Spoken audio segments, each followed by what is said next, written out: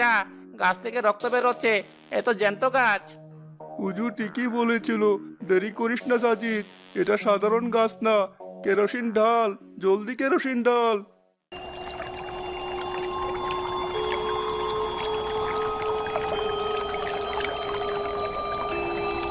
চাচা, উপরের ডালগুলোর দিকে তাকান, ডালগুলো কেমন সাপের মতো নড়ছে, মনে হচ্ছে নিচে নেমে আসছে আমাদের পেঁচিয়ে ধরার জন্য।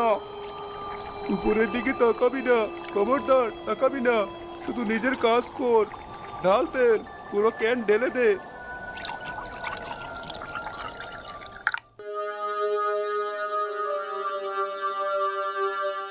মা, ও মা, তুমি দেখছো না ওরা আমাকে মারছে?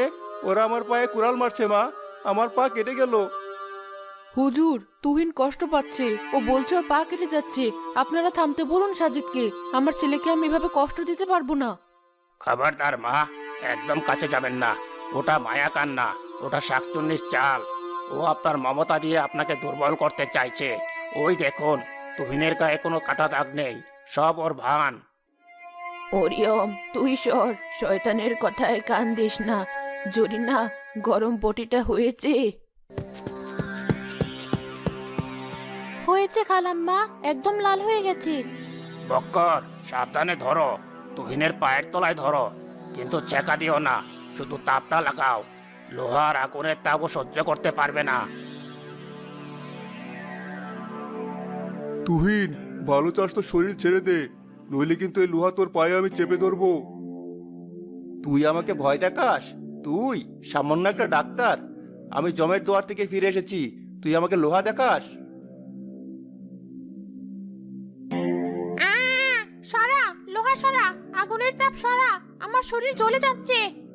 কাজ হচ্ছে, বক্কর, সরাবে না, ধরে রাখো, ও দুর্বল হচ্ছে। হারামি তোরা, আমি যাব না, আমি তুহিনকে সাথে নিয়েই যাব। তোদের সবাইকে অভিশাপ দিলাম, তোদের বংশে বাতি দেওয়ার কেউ থাকবে না। তোর অভিশাপ পেয়ে আমাদের কিচ্ছু হবে না, তুই যা, আমার নাতিকে ছেড়ে দে।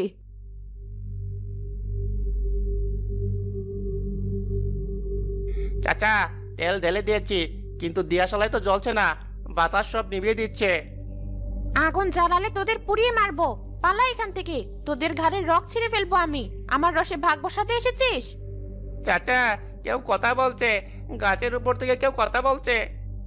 কানের পর্দা বন্ধ কর সাজিদ, ওসবে কান দিস না, ওটা শয়তানের আওয়াজ।